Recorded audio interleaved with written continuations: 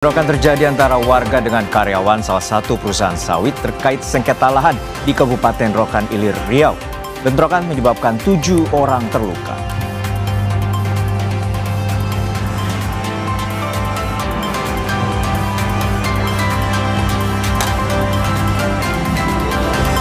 Ramai keterlambatan penyaluran bantuan langsung tunai atau BLT. Menteri Sosial Saifullah Yusuf merespon soal penyaluran BLT melalui kantor pos yang seharusnya disalurkan awal pekan ini.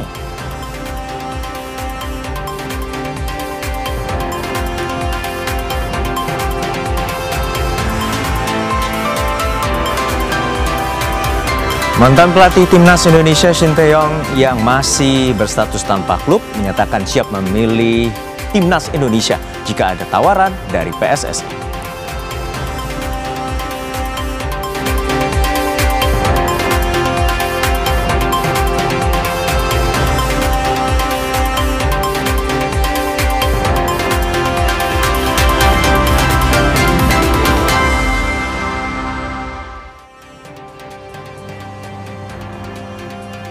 Halo, selamat sore saudara. Anda menyaksikan program berita Kompas Petang hanya di Kompas TV, independen, terpercaya. Bersama saya Cynthia Rompas. Dan saya Harjuno Parmudito. Kita jelang berita pertama dari Kompas Petang. Lain bentrokan terjadi antara warga dengan sejumlah karyawan salah satu perusahaan sawit terkait sengketa lahan di Kabupaten Rokan Hilir, Riau. Bentrokan menyebabkan 7 orang terluka.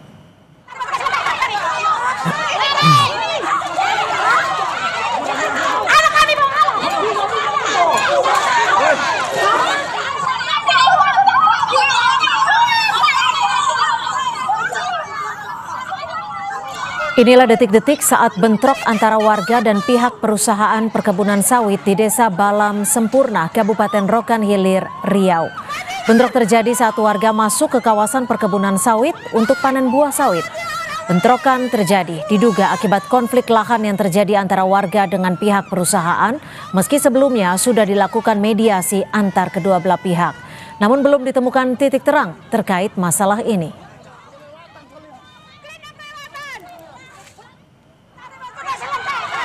Usai ricuh, polisi langsung melakukan mediasi warga dan pihak perusahaan. Hasil mediasinya, kedua pihak berdamai, perusahaan akan menanggung biaya pengobatan korban luka. Sementara soal sengketa lahan, pemerintah kabupaten dan Polres Rokan Hilir akan memediasi kedua belah pihak dan menyelesaikan masalah ini.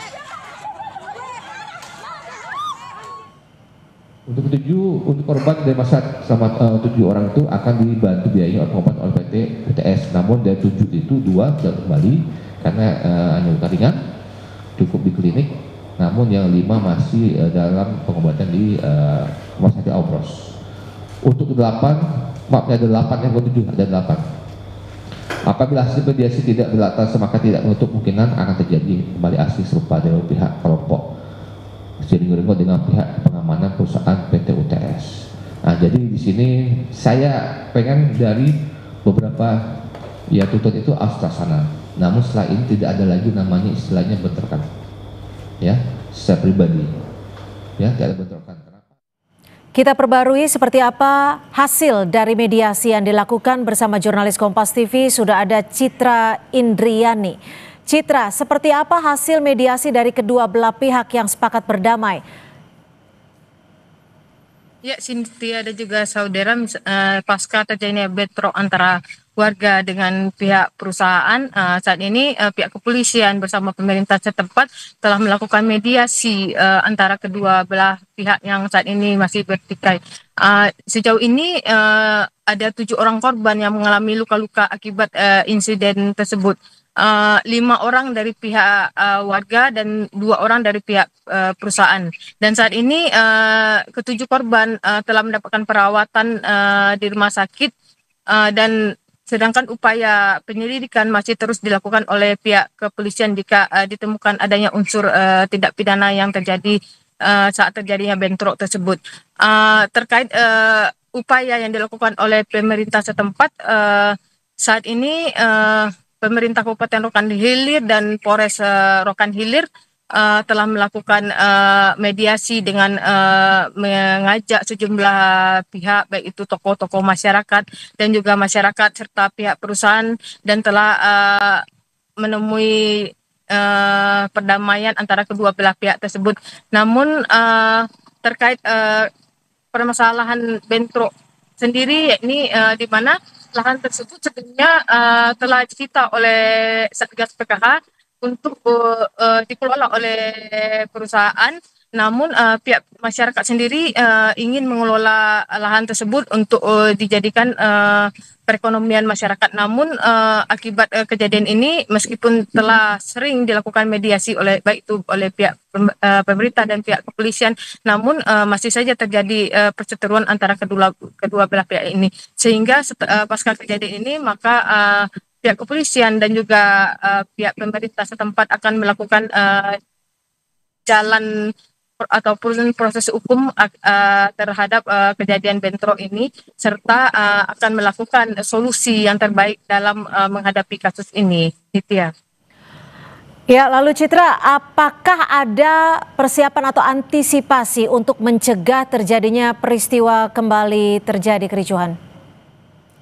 Ya, hingga saat ini di lokasi sendiri pihak kepolisian telah menurunkan sejumlah personil dari Polres Rokan Hilir untuk berjaga-jaga di sekitar lokasi mengantisipasi adanya bentrok susulan.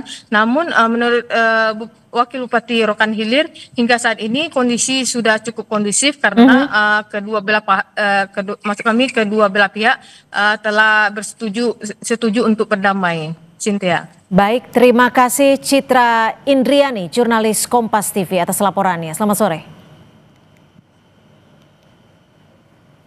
Saudara, informasi lainnya masih akan kami sajikan selepas jeda. Di antaranya mantan pelatih timnas Indonesia Sintayong yang masih berstatus tanpa klub usai kontraknya dihentikan Ulsan HD pada awal Oktober lalu. Terbaru, ia menyatakan siap memilih timnas Indonesia jika ada tawaran, meskipun ada pilihan dari tim lain.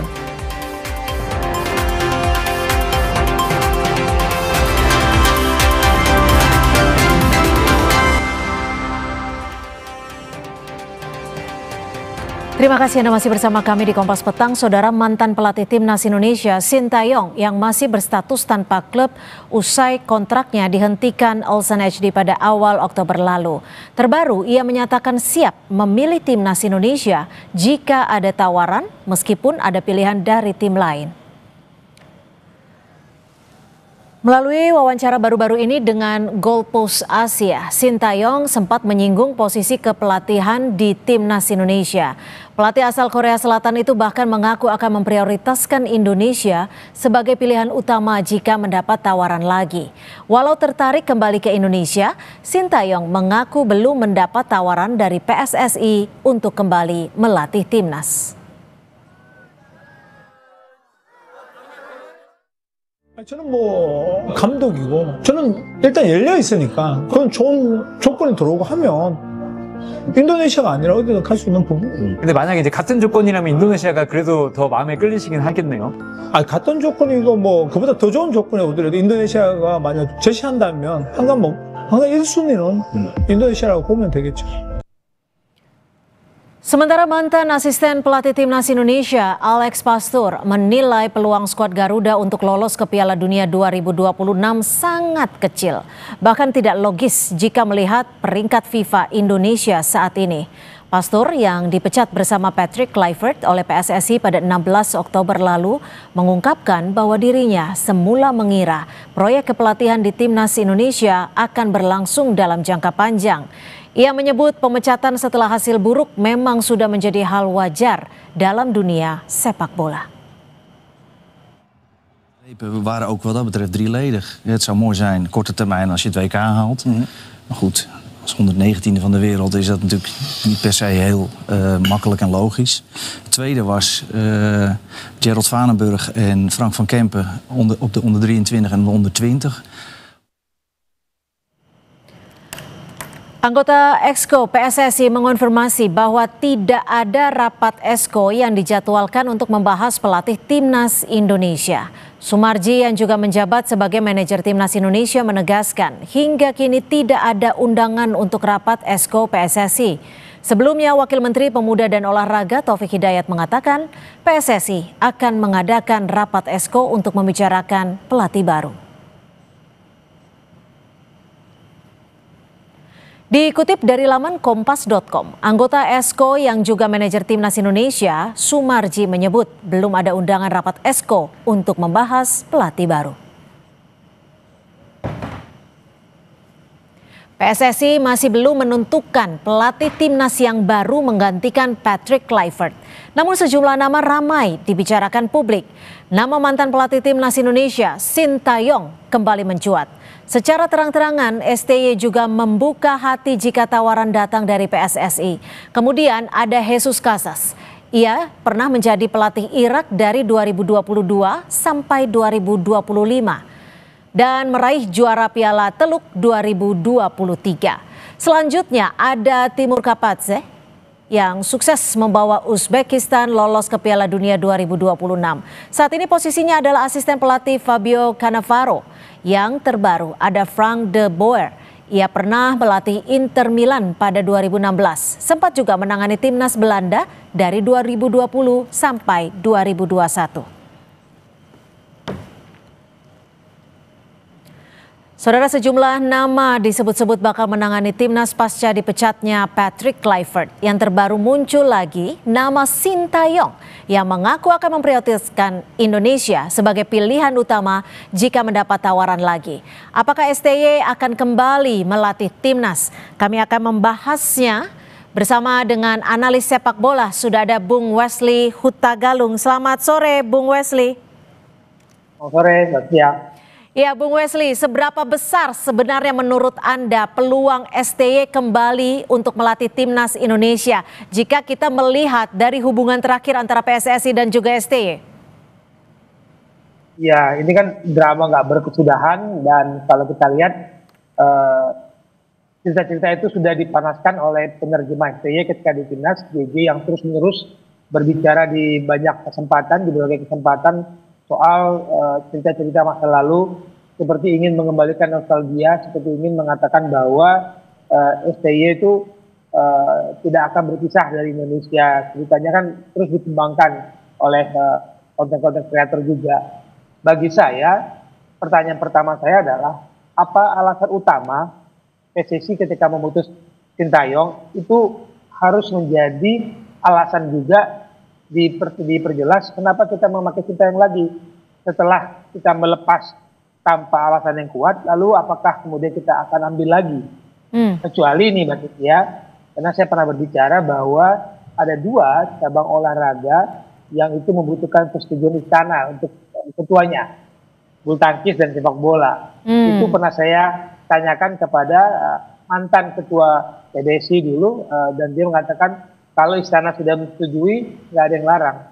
Tapi kalau istana bilang enggak, mau goyang gimana juga, mau kampanye gimana juga, susah. Nah, apakah ada tekanan dari istana untuk kemudian mengembalikan STY? Karena Mbak Cynthia, dalam sepak bola tidak mudah untuk mengembalikan situasi di tim yang pernah kita tinggalkan. Apalagi ada cerita-cerita nggak sedap, duka-duka nggak sedap. Kan Exco kita kan nggak selamanya, nggak semuanya bercerita baik tentang STY. Tapi begini Bung Wesley, kalau betul seperti yang Anda sampaikan, tapi di sisi lain juga ada tekanan publik yang sebagian besar ingin ataupun mengharapkan Sintayong bisa kembali untuk melatih timnas Indonesia. Apakah ini juga akan menjadi pertimbangan? Wajar ya, apa yang STY lakukan selama lebih dari 4 tahun di sepak bola Indonesia, meskipun ada poin yang membuat orang kecewa. Yang pertama, STY tidak kunjung belajar bahasa Indonesia. Ya. Yang kedua, kabarnya dalam perjanjian itu STY harus membantu pengembangan pelatih-pelatih sepak bola Indonesia, transfer knowledge, dan itu belum terjadi. Mungkin itu kalau bisa diperbaiki akan memudahkan, tapi tidak ada jaminan loh Mbak Cynthia. Tidak ada jaminan kita akan kembali dalam formasi ketika STY meninggalkan Indonesia setelah mengalahkan Arab Saudi, karena tekanan itu akan terus tuh dari pihak-pihak yang tidak suka, bahkan dari internal PT sendiri pasti ada usaha-usaha itu. Karena kalau kita mengembalikan STY, bukankah wibawa ketum akan jatuh?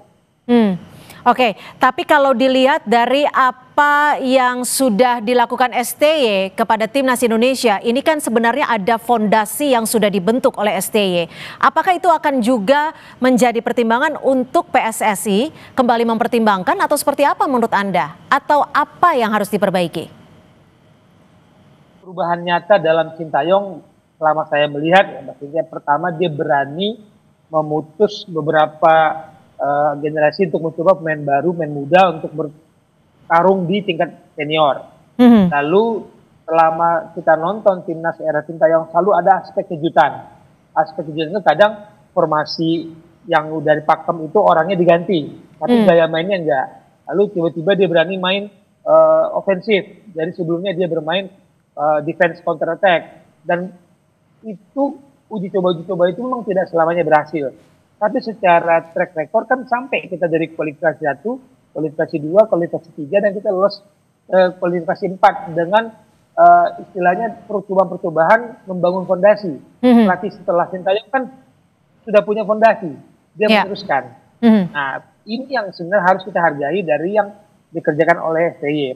Tapi Mbak Setia, sekali lagi, kita nggak tahu apa sebenarnya problem utama antara federasi kita dengan Sintayong sehingga kemudian ada pemecatan. Itu dulu yang harus. Jadi masalahnya harus dicari tahu dulu ya, agar bisa memungkinkan diperlukan kembali STY atau pelatih baru. Lalu menurut Anda siapa saja kemungkinan pelatih yang bisa mengisi Timnas Indonesia? Yang belakangan kuat kan orang mensinyalir ada konten kreator bilang dari Jepang, karena sebelumnya dia bilang pendukung Clifford tiba-tiba minta Clifford dipecat, lalu tiba-tiba sekarang ngomong tolak dari Jepang. Ini jangan-jangan ada bisik-bisik dari dalam federasi.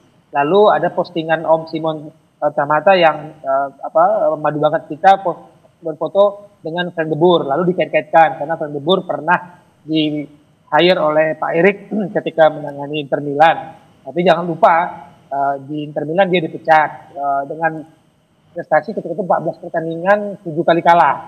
Lalu di Crystal Palace dia dipecat juga dengan 5 pertandingan 4 kali kalah. Lalu terakhir di Al Jazeera di Uni Emirat Arab dia juga dipecat sebelum waktunya. Jadi track record dia itu kurang menyenangkan. Sampai pelatih Jose Mourinho pernah mengatakan ketika dia di Crystal Palace tuh, Frank de Boer dibilang pelatih terburuk sepanjang sejarah Premier League. Tapi yang kita butuhkan sekarang adalah pelatih yang benar-benar mau mengerti sepak bola Indonesia. Itu maksudnya bukan kita ini membangun sepak bola harus dengan sistem, cukup dengan nama besar. Nah itu harus disatukan antara sistem dan nama besar. Mungkin nama besar sebagai daya tarik, tapi sistemnya jangan lupa.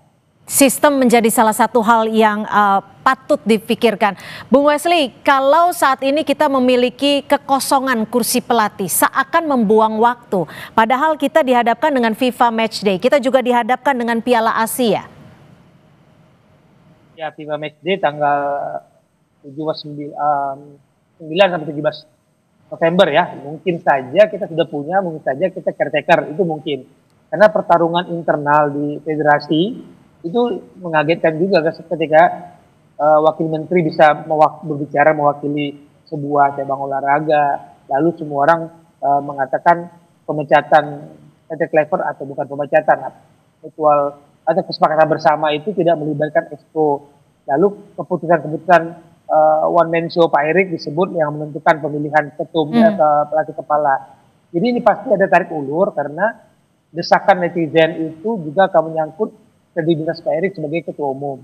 Apakah kemudian pemilihan kembali Sintayong tidak mempengaruhi harga diri Pak Erik? Jadi tarik ulur itu pasti banyak kepentingan. Jadi artinya Anda juga menyebut ada kepentingan federasi terkait kepemilihan pasti Mbak, dan jangan lupa biayanya mahal itu pelatih-pelatih luar itu. Kalau katakanlah Mark van Bommel katanya salah satu muncul ya dari Belanda, itu gajinya di luar sana di waktu di klub LG itu 12,4 miliar per bulan. Kalau mau Erik ten Hag 16 miliar per bulan. Itu nama-nama besar. Tapi berarti menurut Anda sendiri peluang STY kecil kemungkinan? Tidak, tetap terbuka. Sehingga Pak Tetap Erik terbuka. mau nggak mendengar suara-suara orang banyak, dan keputusan itu jangan keputusan Pak Erik. Itu keputusan Exco dan ketua. Tapi kan umum, STY jangan juga sempat hanya- menyebutkan bahwa yang penting ada kesungguhan. Apakah ini juga bagian dari kode STY? Kode itu sudah dimulai, tadi saya katakan JJ terus-menerus menggulirkan konten-konten soal STY, bisa saja, tapi kesepakatannya dari kesepakatan, kalau STY minta kesepakatannya ada ini, dari federasi juga ada kesepakatan yang belajar bahasa Indonesia, transfer knowledge, itu jangan sampai nggak terjadi. Kita butuh ilmu STY untuk latih kita butuh itu. Oke, baik. Terima kasih atas analisa Anda, Bung Wesley Huta Galung sudah bergabung di Kompas Petang. Selamat sore. Selamat sore. Saudara, informasi lainnya, ratusan pelamar kerja mengantre untuk memperebutkan 30 posisi perusahaan minimarket di kota Sukabumi. Informasinya usai jeda.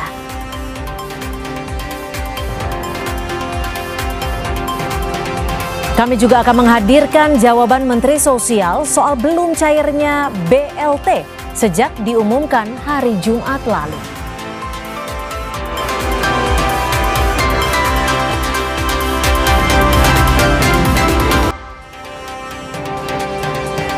Kembali di Kompas Petang, Saudara. Pencari kerja di Sukabumi, Jawa Barat rela mengantre cukup lama untuk memperebutkan lowongan di salah satu perusahaan minimarket.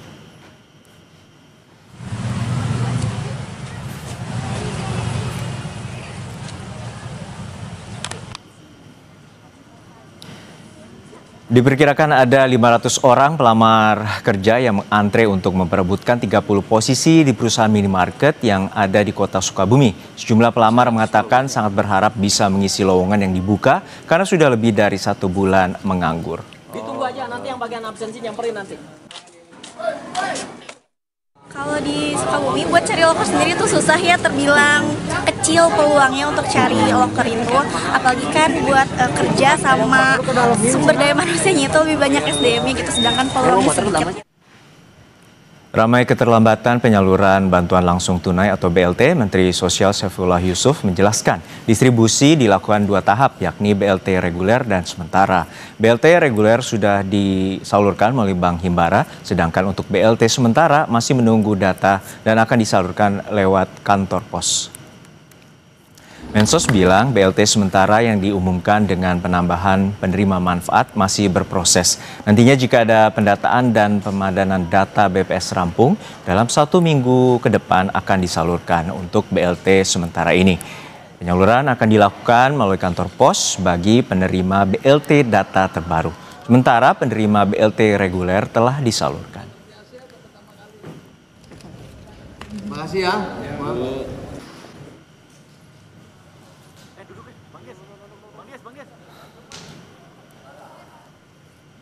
Sementara itu, Menteri Keuangan Purbaya Yudi Sadewa menjawab singkat soal penyebab keterlambatan pencairan atau distribusi bantuan langsung tunai. Purbaya hanya menjawab belum saat ditanyai oleh awak media soal keterlambatan pencairan BLT di PT Pos Indonesia. Sebelumnya, Bendahara Negara itu mengaku tengah memeriksa penyebab keterlambatan penyaluran bantuan langsung tunai atau BLT. Dalam kesempatan itu, Purbaya bilang masalah logistik masih menjadi kendala dan terus dipersiapkan untuk penyaluran BLT. Pak Purbaya udah ketahuan belum kendala BLT di pos? Makasih ya, kita mau ketemu. Terima kasih Pak. Sebelumnya, pemerintah mengumumkan program stimulus bantuan langsung tunai sementara atau BLTS senilai 30 triliun rupiah untuk menambah bantuan langsung tunai atau BLT kepada lebih dari 35 juta keluarga penerima manfaat yang akan diterima pada hari Senin kemarin. Hal itu diumumkan Menteri Koordinator Bidang Perekonomian Airlangga Hartarto. Pemerintah menyalurkan BLT melalui Bank Himbara dan PT Pos pekan depan untuk rentang waktu Oktober-Desember. Bantuan langsung tunai ini yang akan diberikan pada bulan Oktober, November, dan Desember 2025 dan akan diterima oleh 35.046.783 keluarga penerima manfaat. Penyalurannya akan dilakukan segera, akan melalui Himbara yang untuk 18,3 juta. Dan ini akan langsung diberikan mulai minggu depan dan juga yang 17,2 juta melalui PT Pos. Dan ini juga siap untuk diberikan mulai hari Senin nanti. Tambahan bantuan langsung tunai sementara atau BLTS yang dijanjikan didistribusikan Senin lalu mengalami keterlambatan. Apa sebab keterlambatan pencairan itu? Kita bahas bersama Menteri Sosial Saifullah Yusuf dan Direktur Kebijakan Publik Center of Economic and Law Studies Selios Media Wahyudi Askar. Assalamualaikum Gus Ipul. Assalamualaikum warahmatullahi wabarakatuh. Ya, dan selamat petang juga Mas Media Wahyudi Askar yang saat ini juga melalui sambungan Zoom. Saya ke Gus Ipul dulu. Gus, untuk saat ini seperti apa evaluasi dari Kemensos terkait dengan keterlambatan penyaluran BLT?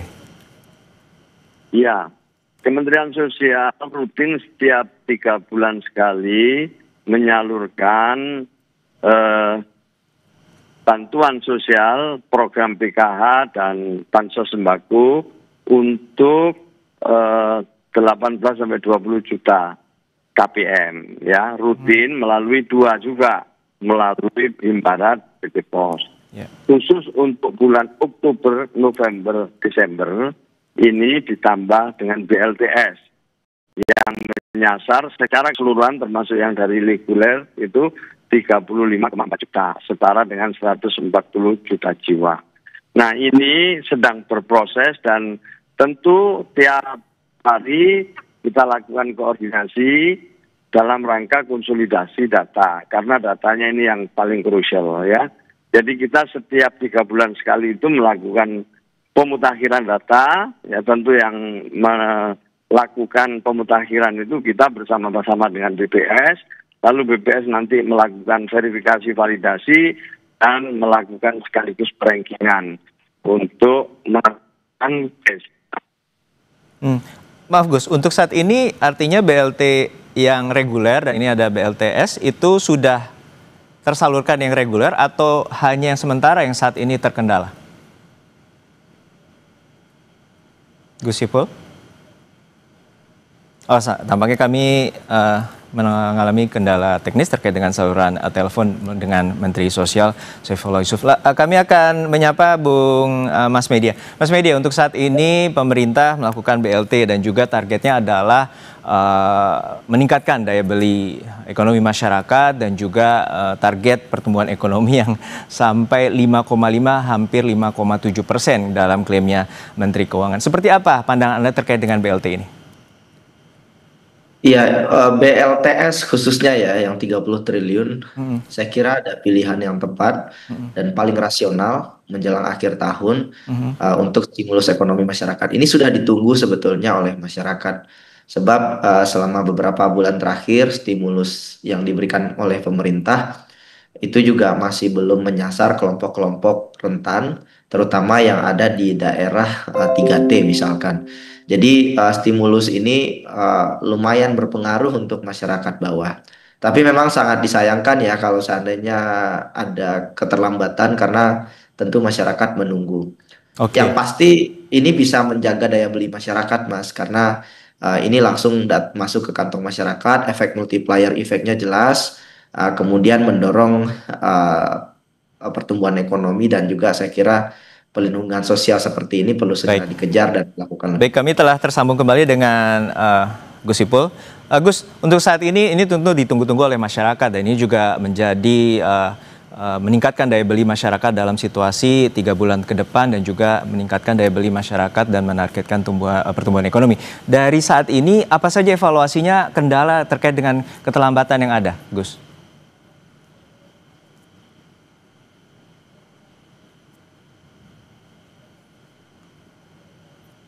Oke, tampaknya kami belum juga terhubung dengan Mensos Saifullah Yusuf. Mas Media, untuk saat ini bahwa klaim tambahan 30 triliun ini berasal dari efisiensi anggaran yang selama setahun terakhir ini. Menurut Anda seperti apa bahwa ini sudah cukup efektif? Akhirnya BLT ini disalurkan untuk terutama untuk yang tepat sasaran warga sangat miskin dan juga tergolong miskin. Ya mungkin Gus Ipul yang lebih tepat menjawab ya, tetapi prediksi saya karena ini sifatnya bantuan tambahan, ada overlap terkait dengan data. Dan karena ini sifatnya tambahan, perlu pemetaan data yang lebih jelas dan detail, dan ini mungkin yang belum ketemu angkanya. Dan proses ini mungkin memakan waktu di PT Pos Indonesia karena sistem yang sebagian itu masih manual, belum lagi hambatan geografis, beban administrasi, termasuk juga koordinasi lintas lembaga gitu ya. Dan kalau seandainya ini terjadi, ini mau nggak mau harus segera dicari jalan keluarnya ya, sinkronisasi data penerima, kendala teknis logistik gitu ya, dan banyak lagi saya kira yang mungkin perlu dikejar oleh pemerintah. Tapi menurut hemat saya begini, karena jangan sampai ketika tahun-tahun politik itu gampang sekali penyaluran BLT, tapi justru di bukan tahun politik ini lambat gitu. Jadi hambatan teknis, logistik itu perlu segera dicari jalan keluarnya. Dan kalau memang tenaga pelaksana di lapangan itu kurang, itu segera ditambah begitu ya, sehingga masalah struktural termasuk juga soal pendataan itu bisa dicari jalan keluar. Kami kembali ke Gus Ipul. Gus Ipul, untuk saat ini benarkah terkait data tunggal sosial terkait dengan sosial ekonomi nasional, dan data inilah yang menjadi keterlambatan penyaluran BLT untuk yang harusnya Senin kemarin dilakukan, Gus? Jadi gini ya, memang sekarang ini kan kita tahu dengan Inpres nomor 4 tahun 2025 ini kita sudah memiliki satu data Indonesia, namanya data tunggal sosial ekonomi nasional. Yang mengelola adalah BPS. Seluruh pangkalan data yang ada dikumpulkan, divalidasi ulang, diukur ulang oleh BPS. Tapi keluaran dari BPS inilah yang menjadi pedoman ya bagi kita untuk menyalurkan bansos atau mengintervensi program. Selama ini kita salurkan setiap 3 bulan sekali. Dan setiap 3 bulan sekali itu data yang telah dimutakhirkan. Karena ada dinamika yang tinggi di lapangan. Nah, untuk yang reguler memang ini sudah jalan kan. Nah, kita sekarang ada penambahan ini. Nah, penambahan ini juga sedang kita koordinasikan. Alhamdulillah sih sudah selesai data yang diberikan oleh BPS. Kita berikan ke daerah, kita beri waktu untuk di ground check gitu, dipadankan sambil kita konsolidasi untuk kita kirimkan data itu ke PT Pos Indonesia. Nah, per hari ini insya Allah akan kita kirim ke PT Pos Indonesia tentang data-data terbaru untuk BLTS penambahan. Jadi untuk yang penambahan, sementara yang reguler kita harapkan untuk bisa terus jalan karena sejak Senin kemarin memang terus bertahap bantuan disalurkan. Itu Mas kira-kira. Untuk saat ini sudah berapa banyak yang terutama yang reguler dan juga yang untuk proyeksi BLTS ini akan disalurkan mulai hari apa? Kalau penyaluran tiap hari jalan terus ya. Per hari ini sudah ada 16 juta ya yang siap disalurkan ya, untuk 16 juta KPM lewat Himbara ya, yang untuk reguler. Nah, yang untuk bansos tambahan ini insya Allah akan bisa kita mulai beberapa hari ke depan ini ya, untuk yang lewat PT Pos. Karena tentu bagi penerima manfaat yang telah memiliki rekening itu akan disalurkan lewat rekening. Tapi bagi penerima manfaat yang belum memiliki rekening, itu nanti akan kita salurkan lewat PT Pos. Oke, sejauh ini screeningnya seperti apa untuk penerima manfaat, terutama saat ini tengah dilacak ataupun diseleksi oleh BPS? Dari BPS sudah selesai. Ya, dari BPS selesai, sudah diserahkan ke kami. Sekarang kami sedang dengan Kementerian Keuangan dan juga beberapa instansi terkait untuk memastikan dari penerima manfaat yang baru ini kira-kira mana yang sudah memiliki rekening, mana yang belum. Ya, jadi kenapa kita pastikan dulu memiliki rekening, karena kalau yang lewat Himbara itu tanpa biaya, tetapi yang lewat PT Pos itu dengan biaya.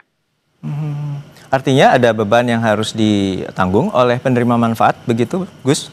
Enggak ada, ditanggung oleh kita, jadi ada biaya penyaluran dari kita gitu. Jadi untuk sampai ke penerima manfaat tidak ada yang dikurangi.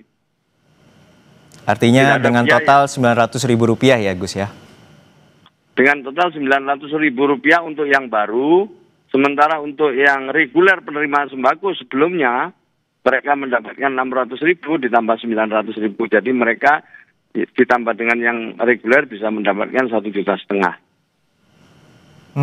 Untuk saat ini validasi data sudah selesai dan saat ini merupakan peran dari Kemensos untuk penyaluran terutama di PT Pos dan juga pendataan terkait dengan rekening bank. Untuk saat ini apakah juga ada kendala terkait dengan logistikus, terutama penyaluran di PT Pos? Nggak ada, anggarannya kan udah disiapkan juga. Tapi kita memang benar-benar lagi konsolidasi data dan sekaligus nanti anggarannya sudah disiapkan oleh Kementerian Keuangan, kita tinggal menyalurkan saja. Tetapi hari ini bagi yang baru kami sedang meminta bantuan pemerintah daerah. Kemarin saya juga sudah memimpin sendiri rapat lewat online dengan Kepala Dinas Sosial se-Indonesia untuk memastikan bahwa data-data yang baru ini, yang dari BPS ini, dalam waktu singkat, paling lambat 1 minggu, sudah ada hasil ground check yang diberikan ke kami. Oke, baik, saya akan beralih ke Mas Media. Mas Media, untuk saat ini Menkyu mengklaim bahwa dengan adanya bantuan BLT ini dan juga penyaluran bansos yang juga telah berjalan secara reguler ini dapat menaikkan pertumbuhan ekonomi hingga 5,5%. Menurut pandangan Anda seperti apa? Ya, yang pasti tekanan ekonomi masyarakat bawah itu relatif mengalami peningkatan selama beberapa bulan terakhir. Dan ini ada banyak faktor ya, tetapi salah satunya yang dikeluhkan oleh masyarakat adalah adanya pengurangan subsidi-subsidi langsung yang selama ini diterima lebih intens dan intensif, tetapi pada tahun ini relatif mengalami pengurangan. Ini mungkin Gus Ipul bisa menjelaskan angka detailnya karena sulit ditemukan di website-website pemerintah. Tetapi kita lihat tahun lalu pada saat pemilu itu banyak sekali BLT, tapi sekarang mengalami pengurangan yang signifikan. Pemerintah memang mengklaim bahwa bantuan sosial naik, tetapi kalau kita lihat, kita breakdown lagi, bantuan sosial yang naik itu angkanya adalah MBG. Dan MBG lagi-lagi belum banyak berputar di bawah dan menghasilkan nilai tambah untuk masyarakat. Nah, MBG ini berbeda dengan BLT, sebab BLT sifatnya cash langsung ke kantong masyarakat, terutama masyarakat kecil. Jadi konsumsi rumah tangga yang sebelumnya anjlok, ketika dapat BLT itu langsung bergerak signifikan. Kalau di daerah kepulauan, misalkan beberapa pulau di daerah Maluku, PKH, BLT itu ditunggu-tunggu. Tapi lagi-lagi karena tadi faktor logistik, faktor penyaluran yang masih lewat PT Pos misalkan, ketika itu terlambat, itu terganggu finansial masyarakat. Makanya kalau kita lihat di warung-warung, di pulau-pulau itu, kalau PKH terlambat itu diumumin sama petugas warungnya, sama orang-orang warung. PKH terlambat, BLT terlambat. Dan kalau itu terlambat, tekanan ekonomi pada masyarakat di pulau itu sangat signifikan. Jadi harus dicari jalan keluarnya. Saya percaya bahwa digitalisasi adalah kunci. Sekarang 90-an% desa di Indonesia itu sudah ada internetnya. Baik. Jadi saya kira mungkin penyaluran lewat transaksi keuangan digital mungkin perlu diperbaiki lagi ya ke depannya. Baik. Tinggal langsung terima. Baik. Terakhir ke Gus Ipul. Gus Ipul, untuk saat ini tentu BLT dinanti dan juga diharapkan oleh masyarakat banyak, terutama ekonomi kelas bawah. Untuk saat ini bagaimana pengawasan dari pemerintah mengantisipasi adanya kebocoran dan juga salah sasaran? Iya, maka itu langkah strategis pertama dari Bapak Presiden ini konsolidasi data. Dan alhamdulillah ya sekarang kita sudah memiliki data tunggal. Tetapi masalahnya yang paling juga penting dilakukan hari ini adalah bagaimana pemutakhiran ini. Dalam rangka pemutakhiran ini kita kerjasama. Di samping kami punya instrumen lewat pendamping-pendamping kami yang tersebar seluruh Indonesia. Kita memiliki hampir 40.000 pendamping ya. Dan juga dengan pemerintah daerah. Kita harapkan kalau data kita makin akurat, maka intervensi kita juga akan makin akurat. Bansos yang kita salurkan diterima oleh mereka yang berhak. Sebab selama ini ditengarai banyak bansos itu yang tidak tepat sasaran.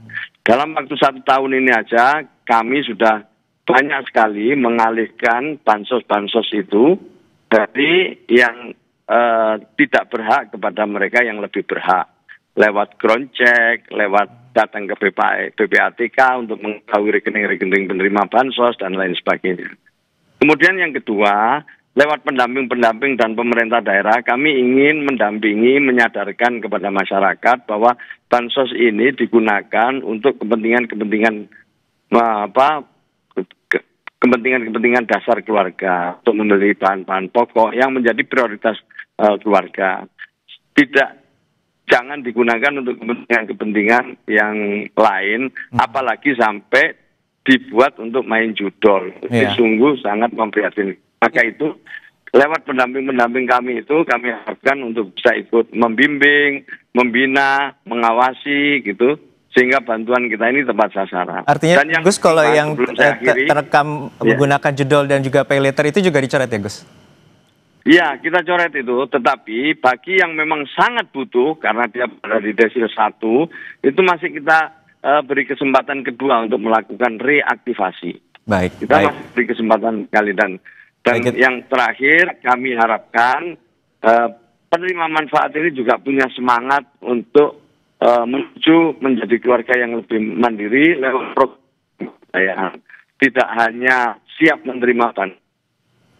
Baik yang kami tangkap, kita harapkan bantuan sosial dan juga BLT ini, BLT reguler dan juga BLT sementara dapat tersalurkan dengan cepat dan juga akan menambah daya beli masyarakat di tengah beban dan atau tekanan ekonomi saat ini. Terima kasih sekali lagi Saifullah Yusuf, Menteri Sosial, telah bersama kami di Kompas Petang, dan juga Mas Media Wahyudi Askara, Direktur Kebijakan Publik dari Selios di Kompas Petang. Terima kasih Bapak-Bapak. Usai jeda saudara, sedikitnya ada 5 hingga 7 akun medsos yang dilaporkan kader AMPG ke Polda Metro Jaya karena dituding menyebarkan meme Bahlil Lahadalia. Informasinya usai jeda.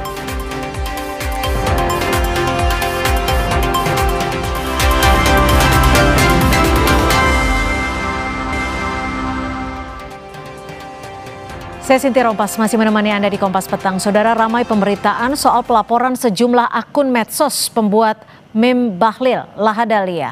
Polda Metro Jaya tegaskan Angkatan Muda Partai Golkar AMPG belum membuat laporan. Menurut Kabid Humas Polda Metro Jaya, kedatangan perwakilan AMPG ke Direktorat Reserse Siber pada Senin 20 Oktober lalu baru sebatas konsultasi terkait pelaporan. Sehingga laporan resmi terkait dugaan penghinaan terhadap Ketua Umum Partai Golkar Bahlil Lahadalia hingga kini belum ada tindak lanjutnya. Kemarin dari Ketua AMPG itu datang ke Direktorat Siber, berkomunikasi, melakukan konsultasi. Itu tahapan yang baru kami terima. Ya.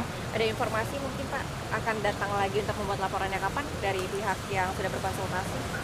Iya, nanti kami pastikan ke tim penyelidik ya, dari rekan-rekan kami Direktorat Reserse Siber Polda Metro Jaya. Kalau kemarin yang datang berapa orang Pak? Ada tim ya, ada beberapa orang ya. Sedikitnya ada 5 hingga 7 akun media sosial yang dilaporkan tim hukum pengurus pusat AMPG ke Polda Metro Jaya pada Senin 20 Oktober lalu. Akun-akun yang dilaporkan ini dituding menyebarkan meme Bahlil Lahadalia yang bernuansa menyerang pribadi dan mencemarkan nama baik. AMPG menegaskan langkah hukum ini bukan sebagai bentuk anti kritik, namun untuk menjaga etika dalam ruang publik digital. Masuk dari kami, silakan. Beberapa akun-akun media sosial yang secara terstruktur dan masif belakangan ini menyerang pribadi, marwah dan martabat Ketua Umum Partai Golkar Bahlil Lahadalia dan juga sekaligus Ketua Dewan Pembina Angkatan Muda Partai Golkar dan Partai Golkar secara institusi. Jadi pada prinsipnya bahwa terhadap konten-konten yang telah melakukan penyerangan secara membabi buta, secara tidak etis, itu belakangan ini yang masif, yang cukup luar biasa itu, kontennya itu telah terpenuhi unsur. Hanya tinggal beberapa dokumen aja kita lengkapi untuk 1-2 hari ke depan kita akan diskusi dengan penyidik cyber Polda Metro Jaya. Saat dikonfirmasi tentang laporan AMPG ke polisi, Ketua Umum Partai Golkar Bahlil Lahadalia mengaku tidak mengetahui ada sejumlah kadernya yang melaporkan akun media sosial, pembuat dan penyebar meme yang menyerang dirinya.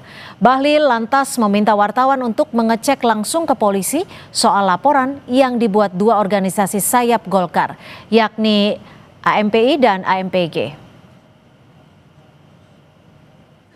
soal yang DPP API melaporkan akun yang untuk... Oh, saya nggak tahu. Nanti cek aja di sana ya. Tapi kira-kira itu pengetahuan Pak Bahlil atau gimana? Sudah. Lalu sejauh mana polisi akan menindaklanjuti laporan terhadap sejumlah akun media sosial yang diduga membuat dan menyebarkan meme Bahlil Lahadalia? Kita bahas bersama Wakil Ketua AMPG Bung Sedek Bahta dan juga peneliti Posdem Universitas Andalas, sudah ada Bang Ferry Amsari. Selamat sore Bang Ferry, Bung Baftas. Sore Bang Bafta. Sore Bang Ferry. Ya, Bung Bafta, ini kalau kata polisi disebutnya belum terima laporan resmi soal laporan AMPG ini. Sebenarnya sudah masuk belum laporannya? Baik, terima kasih. Perlu beberapa hal kami menyampaikan di sini bahwa pertama kehadiran kami tim hukum pengurus pusat AMPG itu berdasarkan surat tugas dari Ketua Umum Said Aldi terus, jadi bukan dari Ketua Umum Partai Golkar, dari Ketua Umum AMPG, itu pertama. Surat tugas itu beliau memberikan kepada kami, tim hukum PP AMPG, untuk berkonsultasi. Jadi berkonsultasi dengan tim cyber Polda Metro Jaya. Jadi di saat kita berkonsultasi itu, ada beberapa bukti yang kita bawa. Jadi bukti yang kita bawa itu sebagaimana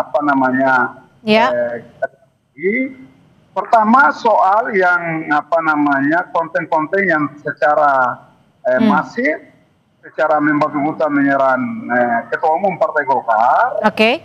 Dan yang kedua adalah ada beberapa hal yang kami bawa yang menurut kami itu mengandung delik umum itu. Jadi makanya kita datang mengkonsultasikan itu. Akan tetapi kalau menjawab bahwa apakah laporannya kita sudah masukkan, surat tugas kita datang itu untuk berkonsultasi terhadap beberapa hal yang kita bawa itu. Oke, artinya kami konfirmasi belum ada laporan resmi masuk ke Polda Metro Jaya ya? Hanya jadi sebatas konsultasi resmi, ya? Ya, jadi laporan resmi itu bahwa kan kita semua mengerti bahwa ketika misalnya soal menyerang pribadi dan lain sebagainya itu delik aduan. Ketika delik aduan itu hanya bisa akan ditindaklanjuti itu ketika misalnya hanya dilaporkan oleh orang yang bersinggungan langsung. Sendiri itu melapor atau memberikan kuasa. Tapi AMPG datang itu dua hal itu. Selain poin itu adalah poin atau memes atau konten-konten tertentu yang menurut penelahan analisa kami bahwa itu mengandung delik umum, makanya kita datang mengkonsultasikan itu. Delik umumnya yang mana? Pertama, digarisbawahi bahwa kita datang atas perintah Ketua Umum AMPG Said Aldi terus melalui surat tugasnya kepada saya dan beberapa rekan-rekan tim hukum PP AMPG. Clear itu. Kenapa AMPG merasa penting diberikan tugas dan datang berkonsultasi itu? Karena AMPG itu kehadiran dan kelahirannya itu. Bung Bahta. Oke, saya ke Mas Ferry. Mas Ferry, kalau menurut Anda ini sebegitu pentingkah meme Bahlil Lahadalia yang tersebar di media sosial untuk dilaporkan? Apakah ini betul seperti yang disampaikan Bung Bahta bahwa ada delik umumnya? Saya tidak melihat ke arah itu kan. Kalau kita bicara apa yang direspon publik melalui berbagai meme itu adalah personalnya Pak Bahlil ya. Jadi memang Bang Bahta harus menjelaskan delik umumnya di unsur apa dan bagaimana. Kedua, kalau delik aduan, Bung Bahta sepertinya menyadari betul bahwa itu tidak akan bisa menjerat karena yang melaporkan bukanlah pribadi langsung yang berkaitan dengan meme itu. Apalagi sudah ada putusan Mahkamah Konstitusi yang mengatakan bahwa institusi atau kelembagaan lain tidak bisa merasa nama baiknya dicemarkan karena pencemaran nama baik itu delik yang berkaitan dengan person. Jadi pada titik tertentu memang agak dipertanyakan kalau soal delik umum itu bagian yang mana, unsurnya apa, sehingga kemudian dilaporkan. Bagi saya kebingungan yang sama sebenarnya pasti sudah ada di Bang Bahta dan teman-teman. Itu sebabnya berkonsultasi kepada kepolisian terlebih dahulu, apakah argumentasi mereka itu cocok dengan apa yang ada di kepala teman-teman di kepolisian. Tapi lepas dari itu, menurut saya ini kan bagian dari kebebasan berekspresi ya Bang Bahta. Ya. Saya sadar betul argumentasi yang mengatakan kebebasan berekspresi tidak boleh menghilangkan nilai unsur moralitas. Tapi kan begini, Pak Bahlil ini kan bukan person biasa, dia adalah pejabat publik. Ya. Konsekuensi. Bang Ferry, mohon izin. Soal kebebasan berekspresi itu, Partai Golkar itu partai yang sudah tua usianya dan pasti dewasa. Partai Golkar itu salah satu partai yang memelihara dialektika itu secara bebas. Kritik itu di Partai Golkar, saya rasa seluruh partai di Republik ini, Partai Golkar lah partai yang paling matang soal itu. Makanya Ketua Umum kami itu terbuka soal kritik. Tapi Abang pasti tahu, kalau Abang bermedia sosial, Abang tahu persis bahwa beberapa akun-akun media sosial Oke, ini yang mana sih, akun yang mana sih, dan meme yang mana yang dilaporkan Anda ini? Yang ingin Anda laporkan?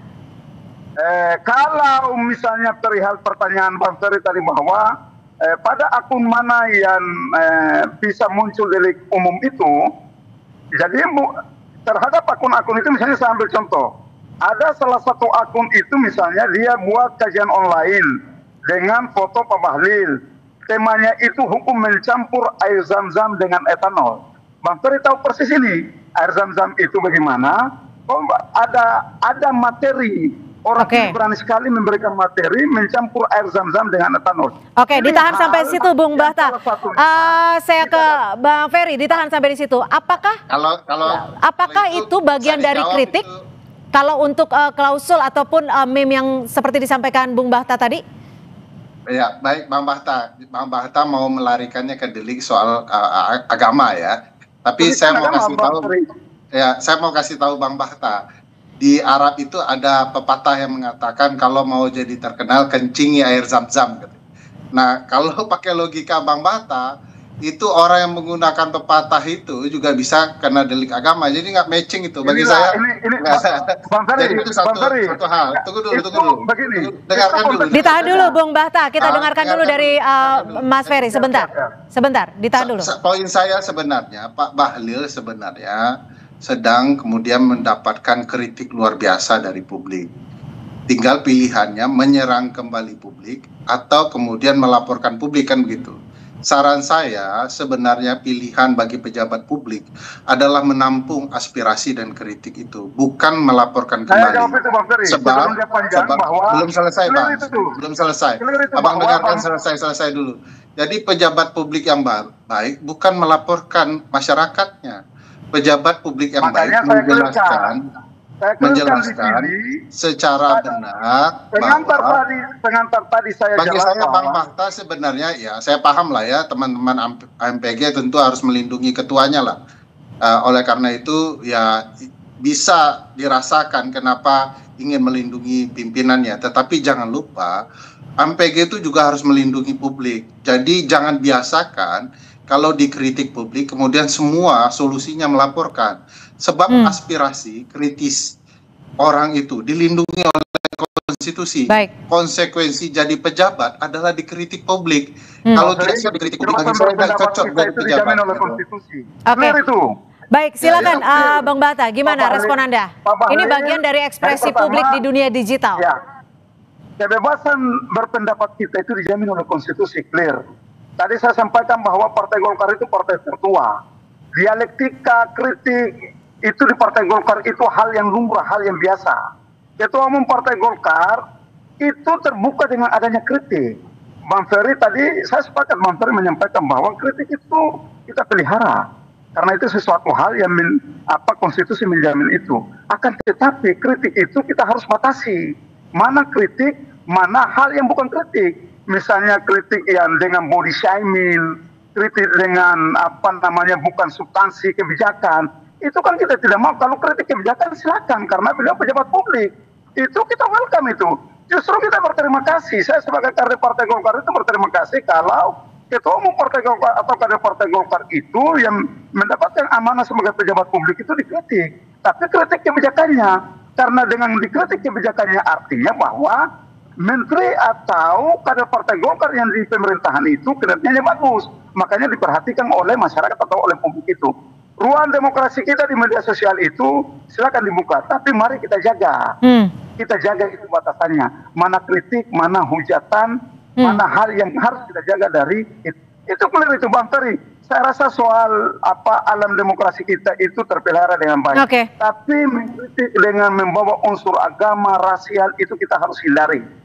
Ada beberapa konten pada beberapa meme itu saya bisa nanti menunjukkan kepada Bang Ferry dan lain-lain bahwa. Tapi begini, Bang Bakhta, bagaimana AMPG sebagai saya Partai Golkar ini menjaring setiap akun yang dinilai merugikan nama Bahlil Lahadalia? Tapi usai jeda kita akan kembali membahasnya. Tetap bersama kami di Kompas Petang.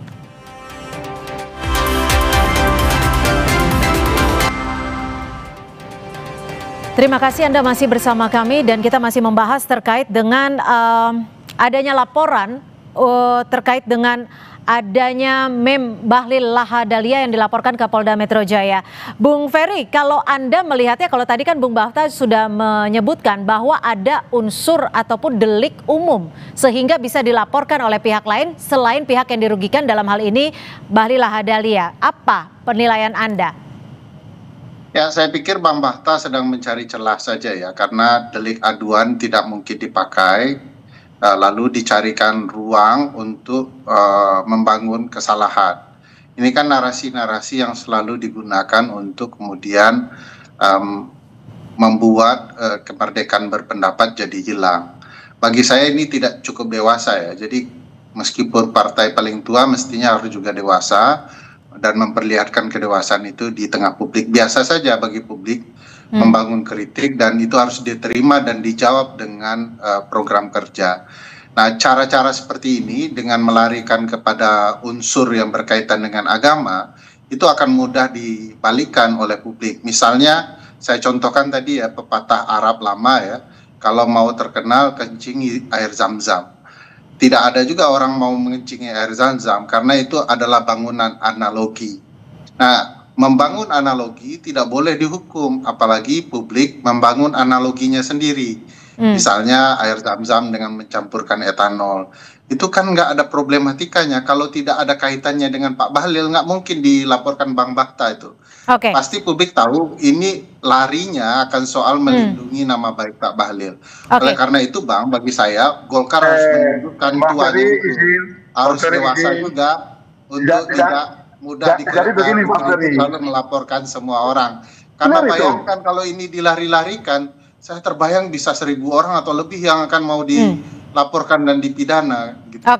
Silakan Bung Bakhta, tidak ada delik umum di sini. Bang Ferry kalau menangkap apa yang saya jelaskan bahwa kenapa kami memulai dengan datang berkonsultasi.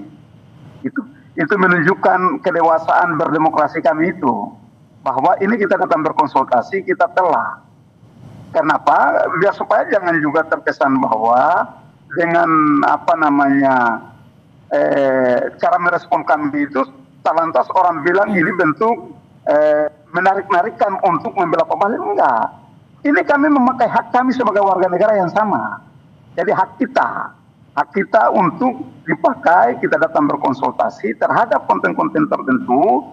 Ini kalau mengambil cara berpikir Bang Ferry ini bisa bahaya juga. Gini Bung Bakhta, hasil dari konsultasi dengan polisi sendiri seperti apa? Bisa dilaporkan dan apakah Anda akan tetap melaporkan akun-akun ini? Jadi begini, Mbak, terhadap hasil konsultasi itu, kalau Bang Ferry ini bisa tahu ini, kalau terpenuhi itu suatu barang jalan. Saya tahu ini, kenapa Bang Ferry tahu, kalau terpenuhi satu itu pasti jalan terhadap konten-konten itu. Maka tapi kita datang itu konsultasi itu kata yang harus kita garis bawahi. Konsultasi berdasarkan surat penugasan dari Ketua Umum AMPG. Jadi Ketua Umum Angkatan Muda Partai Golkar, Habib Said Ali Idrus itu memberikan penugasan kepada kami untuk pergi berkonsultasi terhadap tangkapan layar dari beberapa akun itu. Di situ Tapi Anda belum menjawab pertanyaan saya, Bung Bahta. Anda belum menjawab pertanyaan saya, kapan akan dilaporkan dan betul apakah sudah memenuhi syarat untuk dilaporkan? Ini Bang Ferry ini memakai standar Bang Ferry saja yang benar. Begini Bang Ferry, kan kita juga tidak bisa menolak. Begitu kalau kita setelah konsultasi ada teman-teman wartanya kita sampaikan. Kan begitu. Karena itu yang saya sampaikan di media bahwa kita datang hari ini berkonsultasi dan lain sebagainya, dan beberapa waktu ke depan beberapa dokumen kita lengkapi ketika ada. Oke, jadi saya coba clearkan lagi ya, dari hasil konsultasi memungkinkankah untuk dilaporkan? Sampai saat ini kita masih mempelajari beberapa yang saya ulas tadi, termasuk soal delik umum itu. Oke, berarti belum ada syarat yang lengkap untuk memakai delik umum dalam laporan ini, seperti itu? Kalau delik umum itu bisa kita debatable itu, kalau delik aduannya clear itu. Bang Ferry tahu persis, kalau delik aduan tidak tahu. Oke, kalau delik aduan kan Anda butuh perintah atau butuh bukan. Dari Pak Bahlil. Korban sendiri bisa melapor atau memberikan kuasa yang merasa korban. Tapi kami datang kemarin itu surat tugas bukan surat kuasa dari Ketua Umum AMPG, bukan Ketua Umum Partai Golkar, clear itu.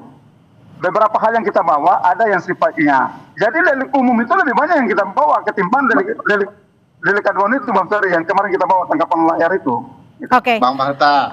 Silakan Bung Ferry, dan mungkin bisa dijelaskan menurut Anda konteks demokrasi di dunia digital, apakah dalam kasus ini atau dalam hal ini sudah terabaikan? Ya, sebenarnya begini, ini kan niat betul untuk melaporkan berbagai pihak. Catatan saya begini sederhananya, ini cara tempat berkonsultasi juga perlu dipertimbangkan. Kalau kita berkonsultasi daging ayam yang baik ke jagal daging ayam, semua akan bilang dagingnya yang terbaik tuh.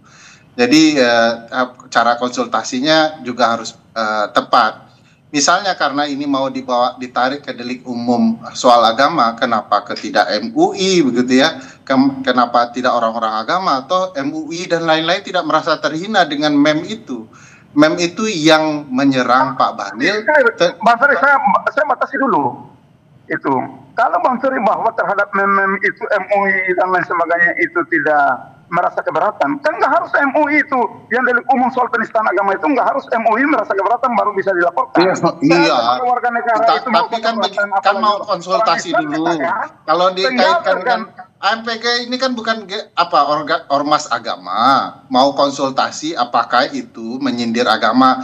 Tanya yang ke ahlinya dong, bukan ke polisi. Kalau ke polisi itu motifnya mau mempidana orang, tapi kalau mencari kebenaran motifnya harusnya karena ini dikaitkan dengan agama harusnya tanya dong.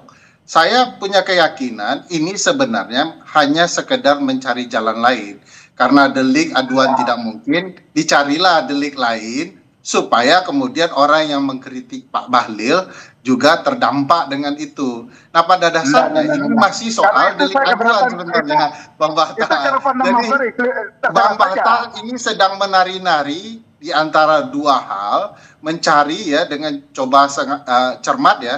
Tidak mungkin delik aduan karena sudah ada putusan MK.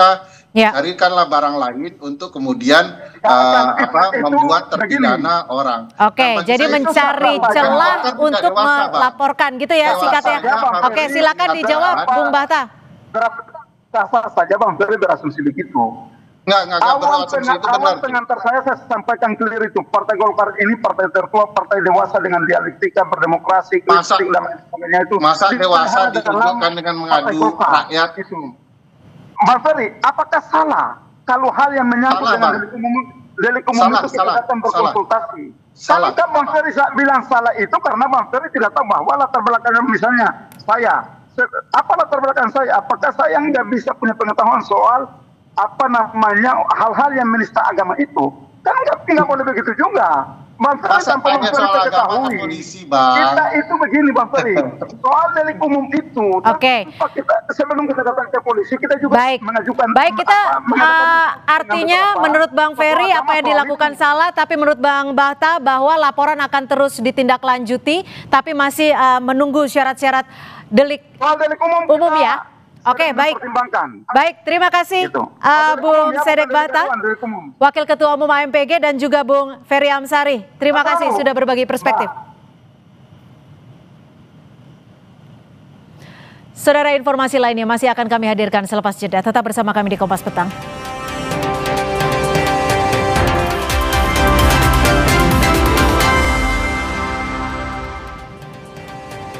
Kembali di Kompas Petang, Saudara. Sebuah rumah makan di kawasan Senayan, Jakarta Pusat ludes terbakar. 2 orang mengalami luka bakar. Kebakaran diduga terjadi karena kebocoran tabung gas. Awas meleduk, awas meleduk. Motor. Api berkobar dari ruang tempat penyimpanan LPG di rumah makan legendaris Bakso Lapangan Tembak di Gelora Senayan, Tanah Abang, Jakarta Pusat. Sempat terdengar beberapa kali suara ledakan hingga membuat para pengunjung rumah makan panik berhamburan untuk menyelamatkan diri. Lokasi kebakaran yang berdekatan dengan kantor Kelurahan Gelora membuat panik para pegawai dan sempat mengganggu pelayanan masyarakat. Setelah berjibaku selama 1 jam, petugas pemadam kebakaran akhirnya dapat memadamkan api sebelum terjadinya perambatan.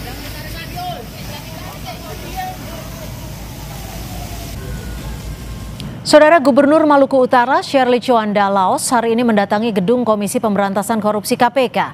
Shirley mengatakan kedatangannya untuk berkonsultasi mengenai pencegahan korupsi. Gubernur Maluku Utara Shirley Tjuanda Laos tiba di gedung KPK sekitar pukul 10 pagi. Shirley menyebut pertemuan hari ini untuk membahas indikator Monitoring Center for Prevention atau MCP di Provinsi Maluku Utara agar nilainya dapat meningkat.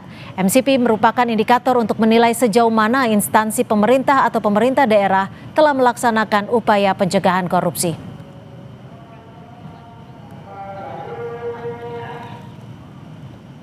Informasi terhangat lainnya akan kami hadirkan kembali hanya di Kompas Petang usai jeda.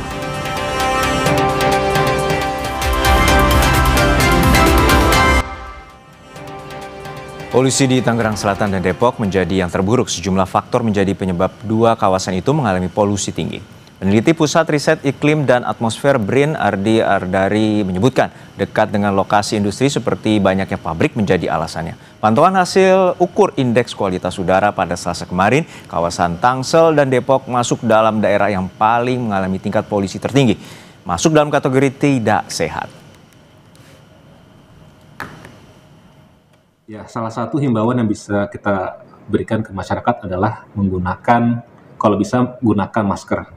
Maskernya kalau bisa yang standar ya, yang bisa menyaring partikulat di bawah 10 mikron misalkan dari masker N95 dan sejenisnya.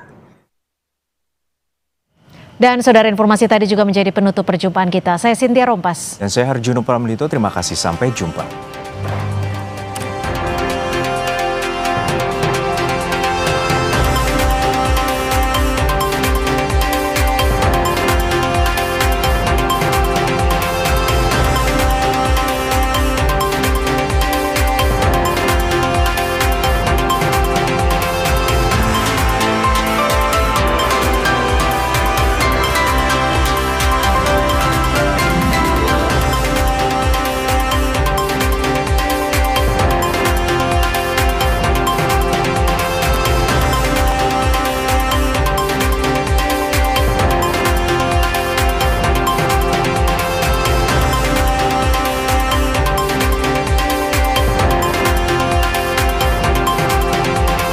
Terima kasih Anda telah menyaksikan Kompas Petang.